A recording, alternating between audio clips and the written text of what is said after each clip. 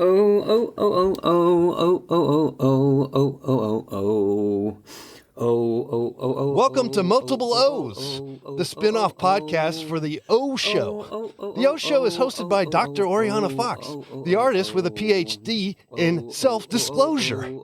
You hopefully know the spiel by now.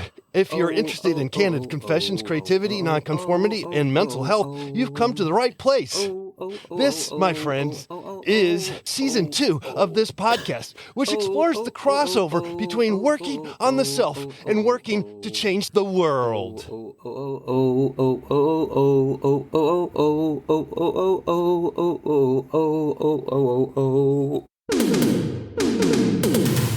Have you ever said to yourself, I love that Oriana Fox makes art all the time?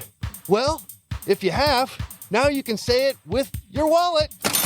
Go to patreon.com/Oriana Fox and support this lovely podcast and artist. Hello, welcome to Multiple O's. I'm your host, Oriana Fox. Thank you for listening. There's been a little bit of a gap in our programming. I'm sorry about that, but I happened to get COVID-19. And I intended to relax and have a break as it's the summer. However, I didn't intend to have as long of a break. I thought I'd keep the podcast going as usual, 2 episodes per month, but I failed. But the last episode, fortunately for me, was Embrace Failure. So I'm trying to do that. And moving swiftly on. The exciting news is that there are 3 brand spanking new interviews that have been recorded and will be released in due course, hopefully over the next couple of weeks.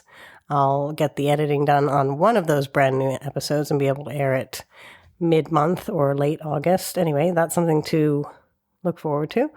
But in the meantime, I have this pre-recorded interview with the artist Gavin Turk, who may not need any introductions as he is one of our young British artists, although he is no longer as young as he was when he got the name, obviously. Anyway, he was a guest on the O Show quite a long time ago now on an episode called Business or Pleasure, because his work deals with notions of value, and he's quite a successful artist. So we did this follow-up interview on Instagram last year when I released the edited video episode Business or Pleasure, which is still available online for your viewing pleasure. Anyway, here is my second interview with Gavin Turk. Enjoy.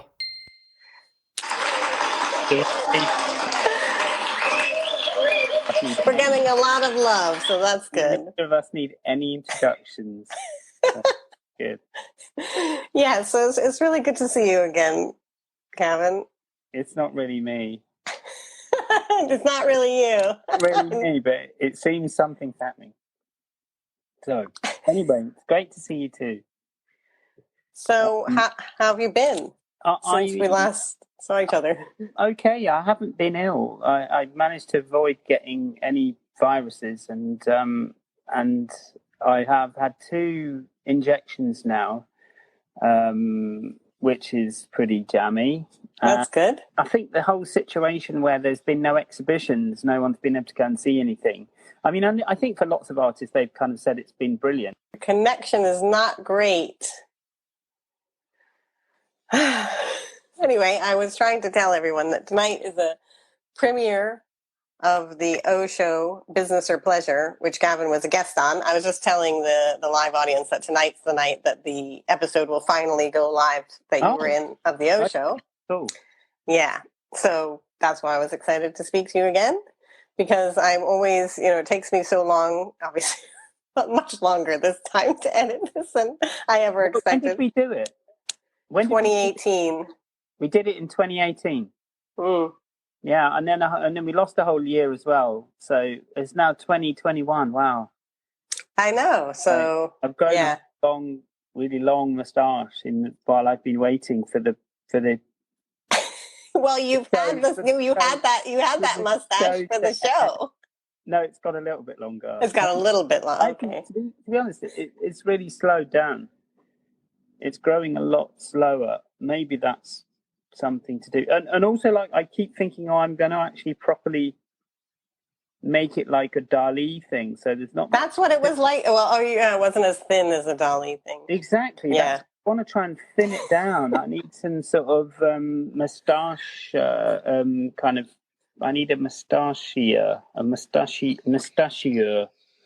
Anyway, they have those. What were you saying though? But when we got cut off, which was think it's really interesting what I was saying. I then what happened was I stopped talking, and then there was a sort of blank, and then suddenly I heard something I'd said 5 minutes before, or seemingly it felt like 5 minutes. It wasn't, probably only 30 seconds before.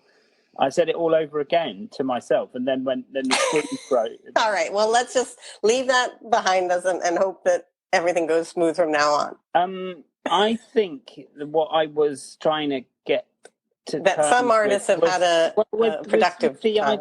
I suppose it was the idea that art is very much like, I think the whole kind of pandemic thing has really shone a light on the idea that it's a conversation. So yeah, I think that art is a conversation. It's something that happens like between people. So suddenly when you break that conversation, I mean, it's been quite interesting in relationship to my relationship to the galleries that I work with, and also like with museums and stuff, because suddenly not having the galleries, not having the art fairs, not having the art system, the art world around me has kind of made me feel, I think also like, because we've had a whole kind of environmental sea change as well. I think that the kind of the idea of the environment has become really kind of potent and important, and then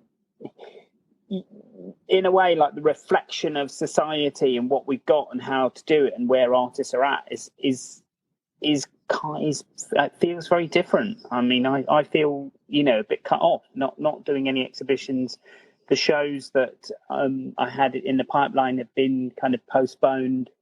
And I mean, luckily I had something at Frieze Sculpture Park in Regent's Park in London last October, which fortunately was bought by the town of Rotterdam. Although apparently they're not going to install it until next year, so we still got to wait quite a long time to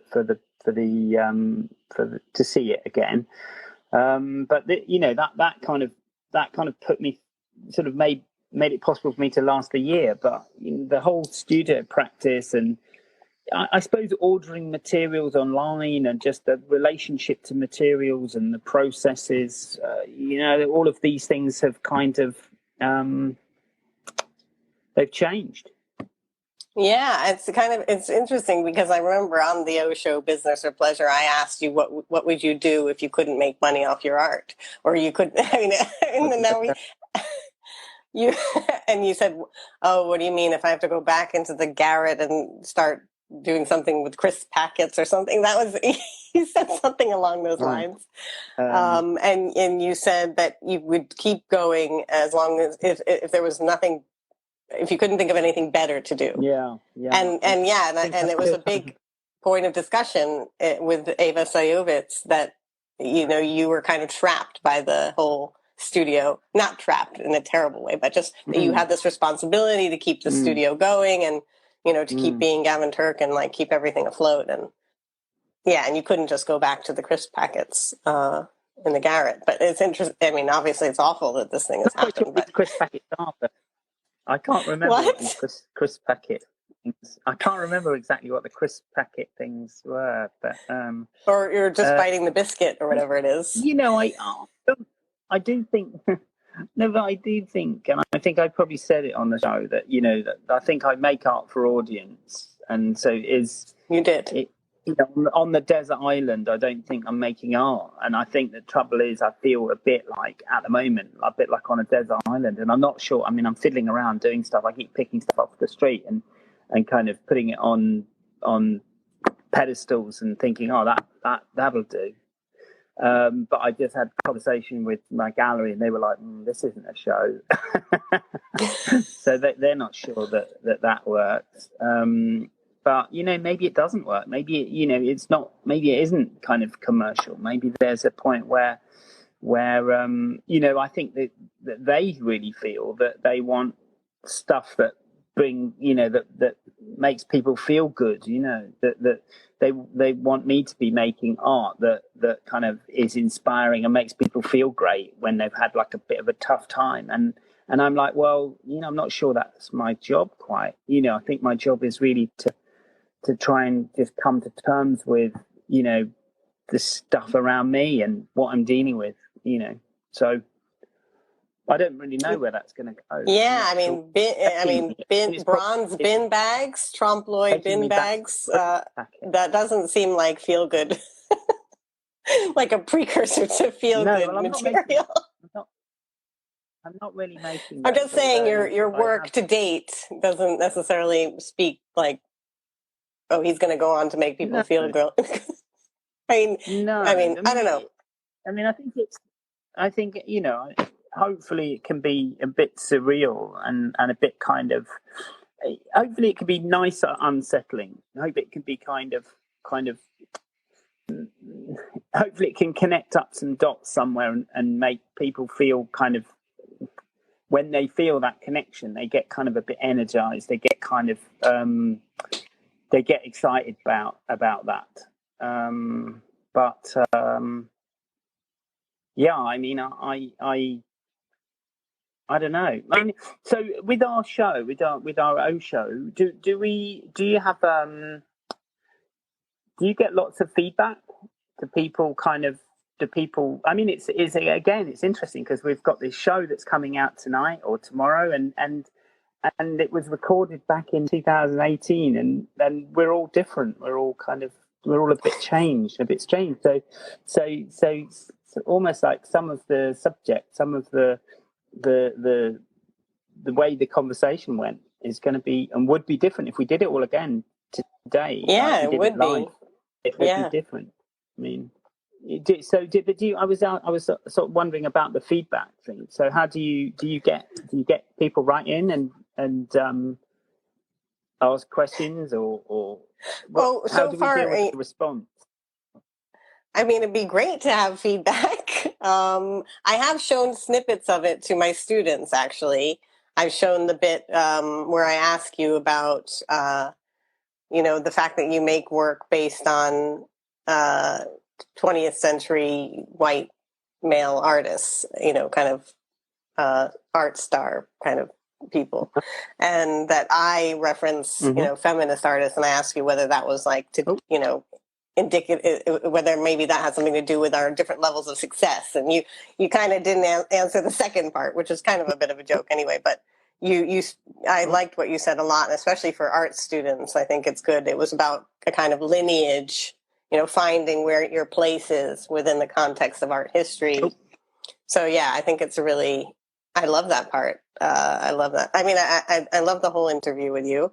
But it was such a shame the discussion got cut short. Like, I really wished I had a little issue with one of the camera operators, which made me feel under pressure to stop, which I shouldn't.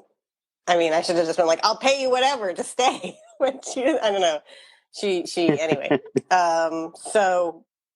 So yeah, we didn't have enough time to really talk, and then I got an email from Ava Sovitz afterwards saying, "Oh, how lovely it was to meet you, and that you two had gone out for drinks." And then I felt, why didn't they invite me? But I always have to stay later to get the files from the camera crew, so it wasn't like I was available to go out anyway. But. So yeah, like there was lots of connections that between you and Ava Sojovitz that we could have brought out, because also you brought up the whole issue of class, the different ideas of class that we have in the UK versus in America, because I had read that quote, the Kurt Vonnegut quote, which was about at the end of the show, and it was about how Americans, poor people in America, they hate themselves. And that means that rich Americans have to do very little for the poor. So you immediately started saying something about, but here in the UK we have this, and you started saying something about class, and then the cameras just cut out. So I don't know if you want to say anything about that. Also, we had a lovely moment about I don't know, you're circling and circling. I don't know if you can hear me, but you had the funny moment where we were talking about money shame, and my money shame is different from your money shame. And also, I guess maybe I have a bit of audience shame as well, because it wasn't like we didn't have a massive audience, but you have a huge audience. And I agree I think that you did well. Yeah, it could have been better attended. What you mean for the live show? Yeah. But I think so. Like the business of shaming is a kind of a new thing. I mean, certainly in this country, it's quite new, and now seemingly you can be shamed on every level, and that's a terrible shame. But it seems like that anything you do somehow can fall into a kind of a process of being kind of made to feel less or made to feel wrong. And I think that, I think one of my things at the moment really is I'm trying really hard not to make anyone wrong in a way, no matter what they do.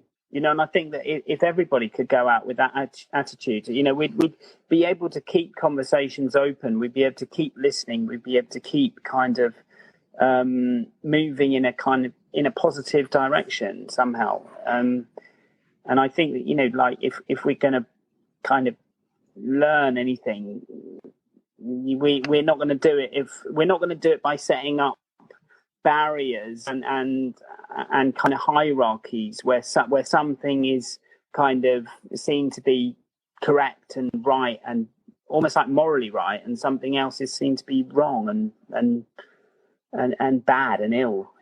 I think that this the process of shaming, however it works, whatever it is kind of not the whole process of that economy is a bit whack. Is a bit off. I think it's a bit. It's whack. I agree. It is whack. Yeah. As well. Yeah. Yeah, well, there's shaming, like as in people trying to shame you for doing wrong, but there's also like a kind of internal sense of it, like. Cullen and Rich. But we're getting lots of love from the audience. So where have we got to? How are people supposed to watch this show? So yeah, you probably have less money shame now, right? Because you're trying to stay afloat, so you don't have as much money to be ashamed about. Sorry, that maybe it's not funny. I've got less money, so I don't feel any shame. Yeah, but I do think you. I mean, we talked about you giving back, and I think I've seen you doing things that seemed like you.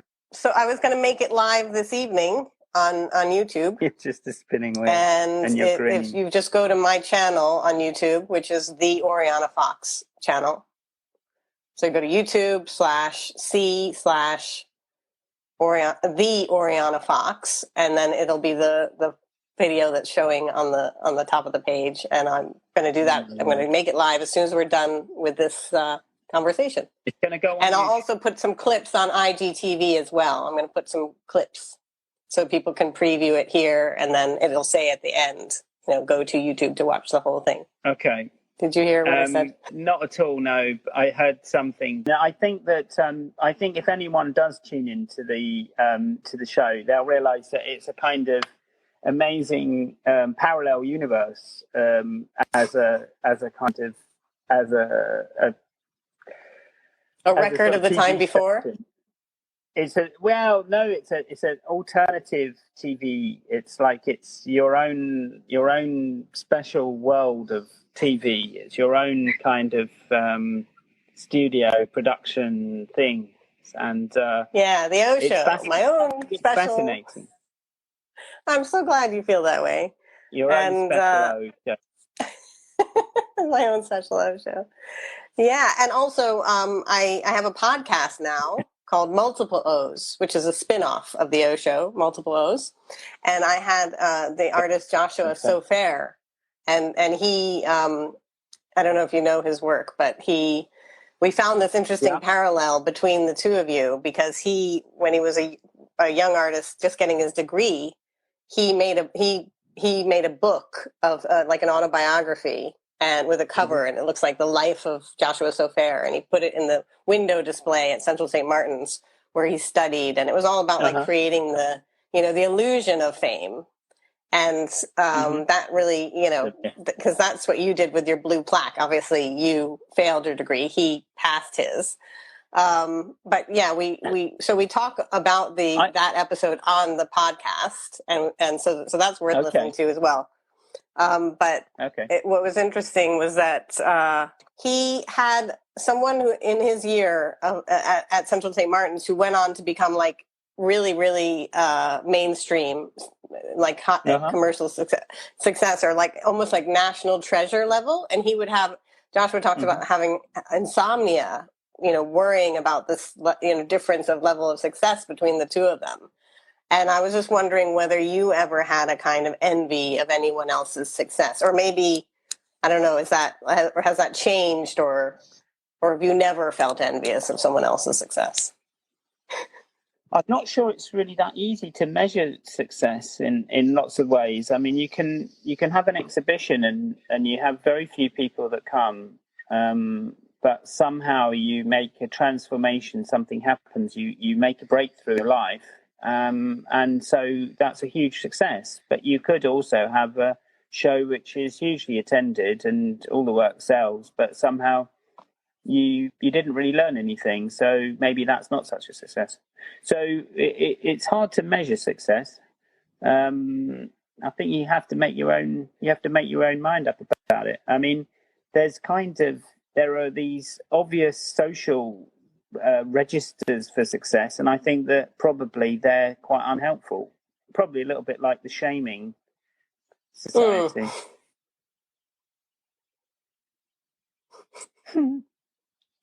But you didn't really answer the question. No.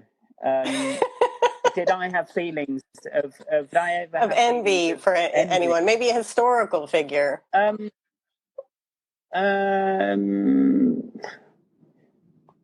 not. Maybe you don't feel envy. I don't know. I'm not sure that I do. I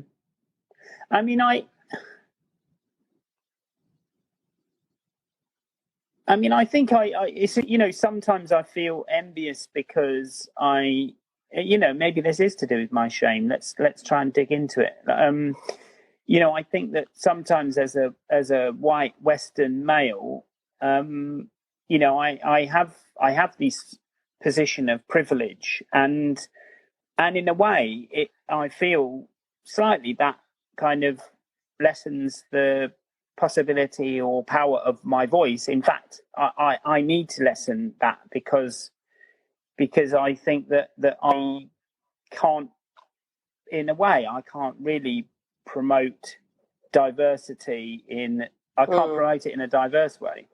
But I'm not saying that I'm necessarily envious of people who've had to struggle through their career to get a voice.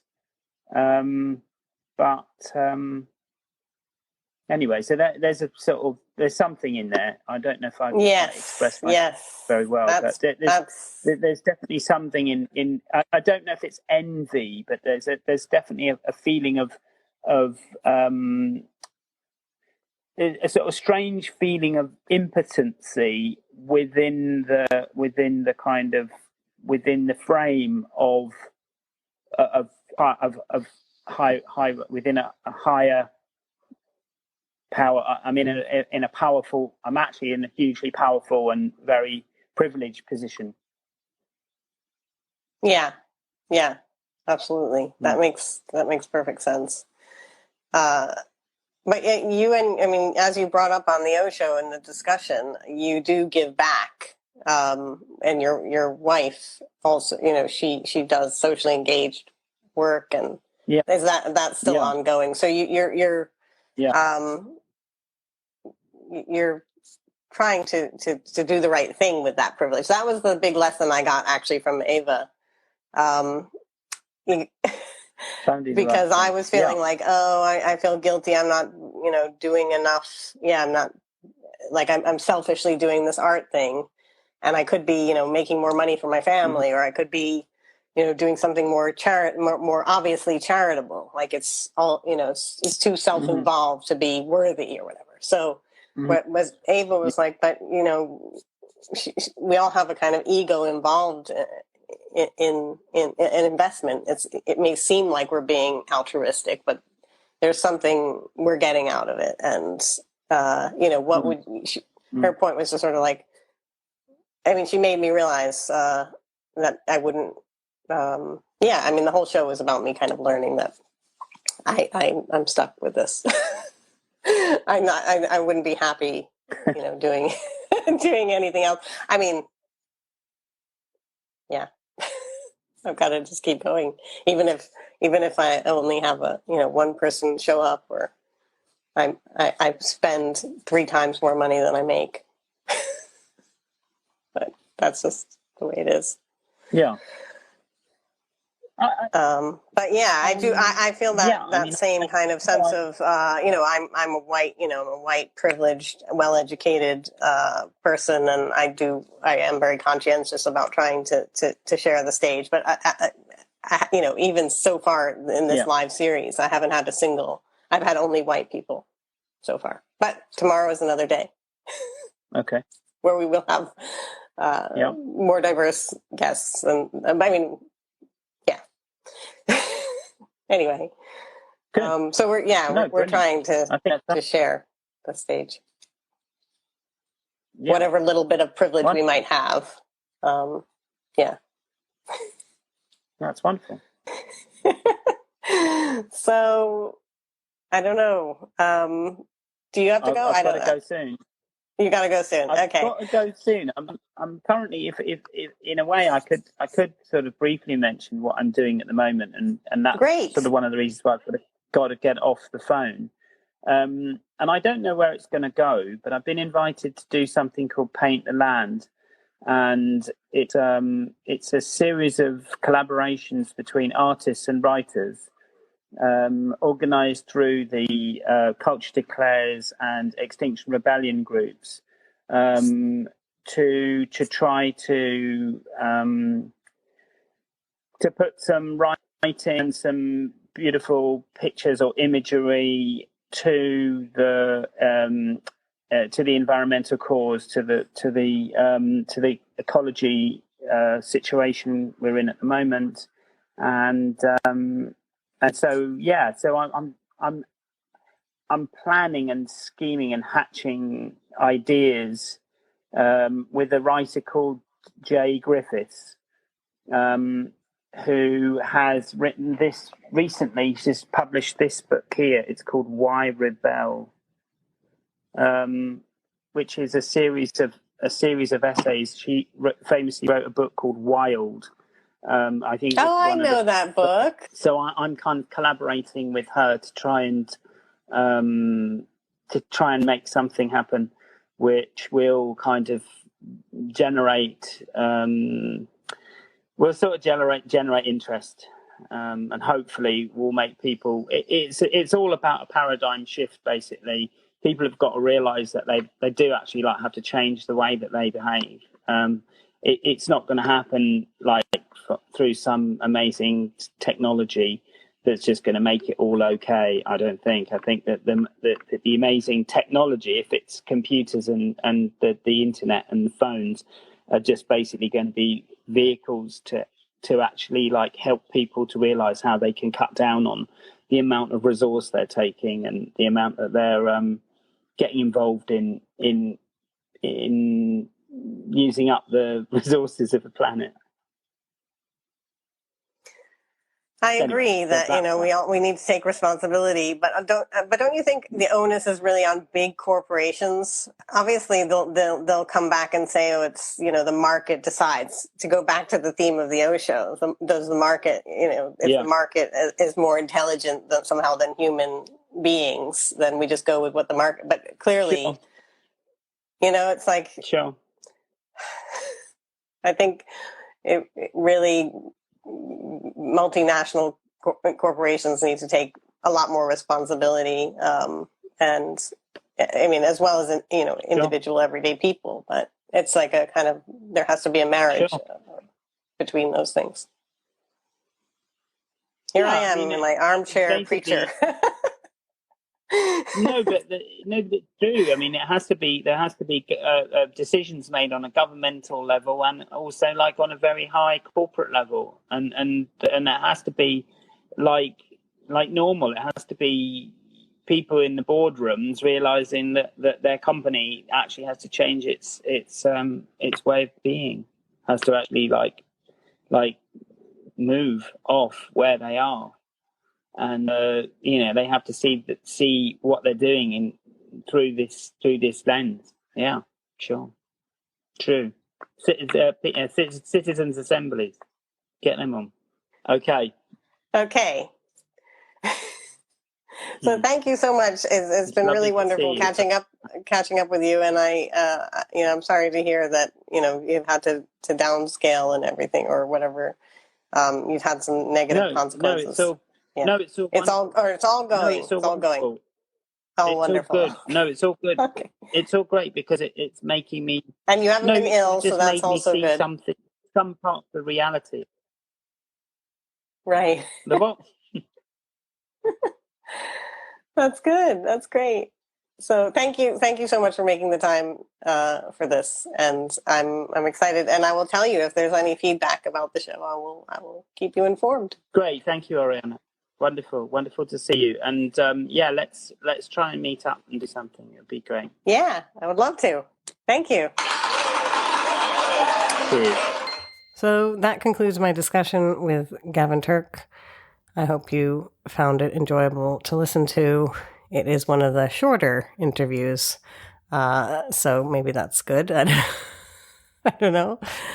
Yes, I thought it was really interesting how he talks about how difficult it is to measure success. And that really resonated with me when listening to it again this time.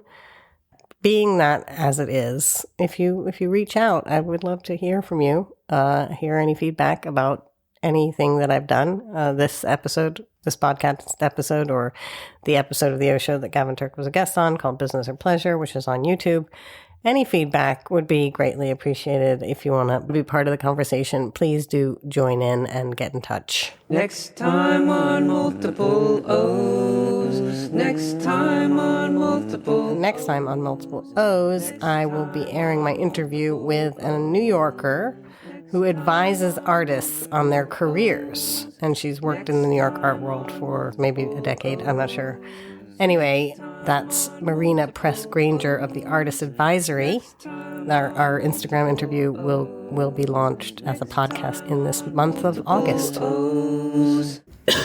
Until then, thank you so much for listening, and I hope you'll accept yourselves unconditionally, your lives, and other people, because we're all just fallible human beings.